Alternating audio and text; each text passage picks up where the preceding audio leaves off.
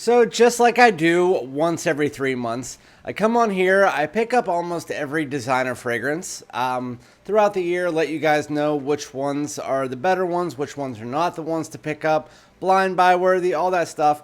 And then I come back every 3 months and I let you know the top 5 at that point in time. So today we are going to be doing our July list. So we are at the top 5 fragrances, and then I'm also going to do a worst 5 next week. But the top 5 fragrances so far released in 2023, designer edition. So without further ado, let's get it.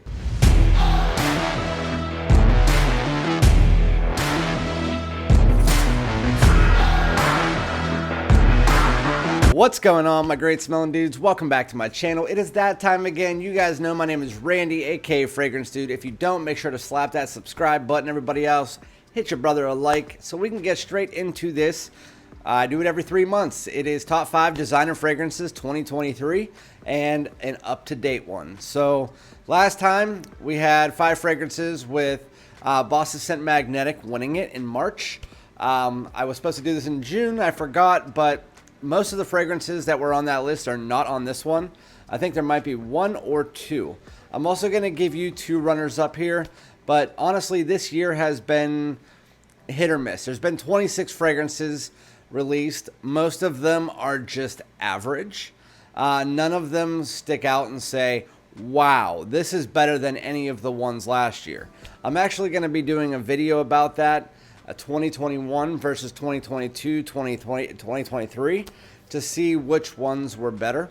And I can tell you this is the worst year so far. Even though there have been a few gems that peeked their way through, we'll let you know that now. So again, top 5 fragrances 2023 designer edition. Well, let's talk about the first 2 runners up. The other one I forgot in the other room, so I'm just going to mention it. I'm surprised that I put this up here because at first I told you it was just super basic. It has grown on me a lot. It's a very easy wear. It smells great. It's mostly Palo Santo and vanilla. It's Givenchy Gentleman's Society. That fragrance is actually one of the better ones in the line as far as ease of wear, as far as smelling good. It's, again, you can wear it to work. You can wear it at home. You can wear it casually. You can wear it dressed up. It's a really nice scent. And I didn't give it its full props right away. I can say that it is in my top 6, top 7. Going into this next one, the only reason this one did not make the top 5 is because the DNA kind of just bores me for the most part. This is Acqua de Joe Parfum. If this was Acqua de Joe Absolute, it would be at the top of the list because I love that. And it doesn't have the Acqua de Joe DNA. Acqua de Joe DNA is just one of those DNAs that I've worn it so long that I just can't put it in my top 5 because while they smell good, it smells like I'll wear any Acqua de Joe, and my wife, who knows nothing about fragrances really, will say, "Hey, you're wearing an Acqua de Joe, aren't you?" And I'm like, "Yep." So Acqua de Joe Parfum, it is just a more fresh and aquatic version of Profumo in the opening. It's a little bit lighter as well as you work your way to the dry down. That fresh and aquatics, it sticks there, but for the most part, it gets back into that rosemary, that aquatic style note that you know, the marine style note that you get from Profumo. A little bit more higher class, a little bit more luxurious. It gets closer and closer to Profumo as you get to the dry down 15-20 minutes to the point where it's almost about 85 to 95% Profumo. It smells like an Acqua de Joe, just a little bit fresher and lighter. That is Acqua de Joe Parfum. Now going into the top 5. The first 2 on this list are going to be freshies because even though these are the best freshies this year, this has not been the year of the freshie, to be honest with you. And one of these is really more of a transitional season fragrance. Technically, both of them. So, going into number 5. Number 5 I thought was my favorite freshie of the year.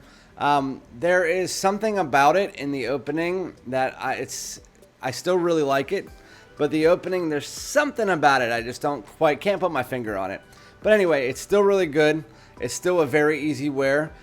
I would definitely sample before you buy, though. This is by Guerlain. It's Lhomme Ideal Platine Prive. If I had the bottle of Abbey Rouge, the Abbey Rouge would take over the number 5 spot from this. I actually decided I like Abbey Rouge more than this, even though this is really good. They're both by the same house. But anyway, Lhomme Ideal Platine Prive. It's kind of like the Lhomme Ideal Cologne, repackaged with that same almond neroli citrus smell to it. But that almond, the powder from it is pretty much all but gone. The grapefruit is a lot more tart and candy-like, which I kept telling you guys there was this juicy, fruity accord. I didn't know what it was, but it seems like it's just a different style of grapefruit that's providing this tart, candy-like sweetness to it. Some people say it's off-putting to them, but to me, I really love this. My wife really loves this. I think this is a better version of the L'Homme Ideal cologne. If you liked L'Homme Ideal cologne, but you wish that they dialed down the powder, it's pretty much what they do here with a nice kind of like sour fruity accord in the opening. That's what I really like about this. It's one of those, because of the almond, it's always going to be one of those more dressed up style fragrances, at least in my opinion. I would easily wear this to a wedding, on a date, something like that. But you could also wear it dressed down during a nice summer day. It's going to work good in the high heat, but it's also going to work good on a 40 to 50 degree day. That is L'Homme Ideal Platine Prive. Number 5 on my list again. It was my favorite freshie of the year for about a week, but as soon as I re-smelled the next one, I was like, never mind. No, never mind. By the way, I also wanted to do a little bit of a clone, top clone of the year. So that honor goes to this, Bade'e Sublime by Lattafa. Just in case you guys were wondering, this isn't really a clone of anything specific. It's kind of like Kayali's apple mixed with a red gusher drying down to like S-Boy mixed with Baccarat Rouge 540. It's unisex through and through, really, really nice. Just thought I would mention that's my favorite clone so far this year. Going into the best freshie of the year, and again, this isn't really a freshie per se. It's kind of like in the middle. To me, it's kind of like an orange ginger or orange turmeric aid, and that is Lacoste Blanc Eau Intense. So in the last one, the Eau Fraiche, it was ginger, ambroxan, and citrus with woods. This is more of a turmeric, which is in the same ginger family. It's just a little bit more sharp with orange, a like really heavy orange, and then this woods underneath it. It's sparkling, it's effervescent. It is almost like an orangeade with this sharp ginger / turmeric. It's really nice. It's going to be one of those ones that oh yeah, that's really good. This is definitely my favorite freshie of the year. It has a spice to it, like a fresh spiciness, but at the same time, it has a really nice, zesty, tart citrus. That turmeric comes through, which is a very unique note. Again, it's more like a sharper ginger, and I really like the fragrance. If you're looking for something that's going to get you through the summer days while also getting you on your skin for about 6 to 7 hours, I still like the Eau Fraiche just a little bit better, but Lacoste Blanc Eau Intense is definitely where it's at. Definitely try it out. So now we're getting into the nitty gritty of the list, the top 3. And you guys know I prefer my fall and winter fragrances, but if there was a freshie that was fantastic that year in the designer community, I would obviously give it its notoriety and put it in the front. Just this year, there wasn't. Again, the best was Lacoste Blanc Eau Intense. And to me, it has this spice to it that makes it more of a spring and fall fragrance. With that said, the top 3 are fall and winter fragrances. These ones stood apart from all of the rest of the releases this year. There was like Invictus Victory Elixir, Carolina Herrera's 212, Prada Luna Rosa Ocean Eau de Parfum, Bad Boy Extreme. Those ones are kind of just 7 to 7.5s. They're good at what they're doing, but they're not really doing anything outside the box that's making you go, whoa.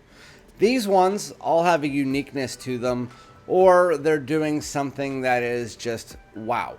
And so starting out with number 3, this one was number 1 in my last list back in March. This is by Hugo Boss. It is the scent Magnetic. Oh, this still could be number 1. Any of these 3 could be interchanged between 1, 2, and 3. It's just I haven't smelled this in like a month or so, and so I put it at 3. It still could be 2 or 1. This is a really hard pick. Hugo Boss' scent Magnetic It's very simplistic fragrance, but it's unique because it has this brand absolute, which comes across almost like a dried honey mixed together with this black vanilla husk, which is just vanilla. But it comes across like a darker vanilla. One almost has like a fruity vibe to it. And then you obviously have your Maninka fruit, which is in the rest of the line, which is that dusty fruit, but it's not as dusty in this one. That's why I think I like this over almost everyone in the line. It is a toss-up between this and Boss Ascent Private Accord, because I think I like Private Accord. That one has always been one of my favorites, so I don't know. This one might become my favorite. I'll have to wait till the fall. But it lasts about 8 hours on my skin. It's a fantastic fragrance. Again, that Maninka is a little bit less dusty than it is in all the other fragrances. It's a little bit less pronounced. Mix that together with this dried honey, a little bit of woods, and then what you get is that black vanilla husk really pulling forward and being the main portion of the fragrance, especially after you get about 15 minutes in. This fragrance is absolutely fantastic. I definitely recommend trying it if you can get your nose on it. I believe it was on Givenchy for like 60 bucks. It is really good. Going into number 2, I don't know which one to make number 2. I'm going to have to make that one number 1. Okay. So this one, it's a flanker off of my favorite flanker in the Spicebomb line. So Viktor and Rolf, they came out with Spicebomb, which I liked. Then Spicebomb Extreme, which I don't like because I didn't like the powdery vanilla that much. It's still good though. I still own it. Night Vision EDT sucked.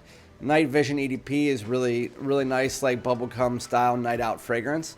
Then they came out with Infrared. That's my favorite from the line. It is a cinnamon and benzoin balm. Little bit of tobacco here and there. Obviously, it was a spice bomb. It's spicy. It's cinnamon. It's fantastic. Well, then they just came out with the flanker of it, which is kind of a flanker off a flanker. Spicebomb Infrared Eau de Parfum. This is my number 2. Could be easily my number 1. My wife loves this. I love it too. And I know some people were saying it's kind of just like a basic version of... No, to me, it's more of a grown-up version of Spicebomb. If you took away that heavy cinnamon aspect in the opening 3 or 4 minutes, you get this kind of candied fruit accord, which honestly, even though a lot of people say that's their favorite part, that's my least favorite part, even though I still like it. I like the cinnamon spice, and the original EDT is my favorite of the two. But with that said, the Eau de Parfum is still really nice. You have this kind of leather and woods mixed together that takes place of the tobacco. It still has that cinnamon, it still has that spice, it still has that red fruits. It's just in the opening, it's a bit more candied, and in the dry down, it's a bit more mature. That's the only difference between this and the other Spicebomb Infrared. It's just a more mature, a little bit spicier version than the other one, a little bit more grown up. Again, except for that candied opening, but still, Spicebomb Infrared Eau de Parfum. It lasts about 7 to 8 hours, which the original one, it's actually a little bit more beast mode as far as pushing out, but this one does last a little bit longer on skin. So Spicebomb Infrared Eau de Parfum, it's going to be a great fall and winter fragrance, but you can even wear this one into spring during the daytime. During the nighttime, I mean. It's a really nice night out spring fragrance, which you don't really get with the other infrared. Even though my daughter said that at her school, a lot of kids wear it even during the summer. Going into my number 1 fragrance. This one, I actually had my first impressions and I did not like the fragrance at all. And then I got to the dry down and I really liked it. And it was because it was a hot day that I didn't like the opening. But once it cooled down and I tried it on a cool day, it just kind of was like, yep, this is the best one in the line. Probably the best fragrance of the year. And it is. And so this is by Jean Paul Gaultier. It is Male Elixir. Elixir is just a term. I want to clear this up real quick. A lot of people think Dior started the term elixir and they're the one who just started. They started the hype on it, but they didn't really start it because there has been fragrances out with the word elixir in it since like 2008. My wife had one from Shakira Elixir, back in like 2008, 2009. I can't remember it, but just an FYI, elixir is not an actual term. I mean, it's a term that they're using just to like jazz it up, but for the most part, it's either a parfum, It's going to be an eau de parfum, whatever it is. The concentration's not an elixir. That's just what they're calling it. Anyway, Male Elixir, what is it? It's pretty much a super tonka heavy ambery style fragrance that has, I just want to spray it on right now. It has a little bit of a fruity vibe to it, but for the most part, it is tonka heavy, a little bit of a warm spiciness to it. Obviously, that lavender that you get in the line, but the lavender isn't as prevalent, and you're mostly focusing on a really nice, dense tonka mixed with that ambery Lhomme DNA, but not really. It's more of a modernized tonka and amber, and I really love the spice in this as well. The lavender and aromatic tone is really nice in the backbone, but there was a portion of this fragrance, again, that I didn't like, and it doesn't sit well in the heat or any kind of like day over 60 degrees. So make sure that if you are trying this fragrance out, it is not on a warmer day because it's not going to do well. This fragrance lasts about 10 plus hours. I usually don't wear it past that, but when I wore it the other day, it pushes out. It's not a like huge, like in your face, but I can say it does sit there on your skin at well above average. I would say around the style of like YSL EDP, where it's a room filler, but not like gonna blind you. And it sits there around that for about 2 to 3 hours. Then it calms down to more an above average scent for about 3, and then it calms down to a personal bubble and then a skin scent. It was around 10 hours where I stopped noticing it, so I'm gonna say 10 plus, and that was just on my skin.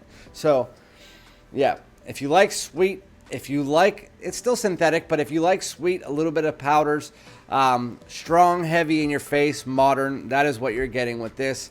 It's ambery, it is sweet, it is a little bit woody, a little bit spicy, and then it has that lavender and aromatics that you know from the Lhomme DNA.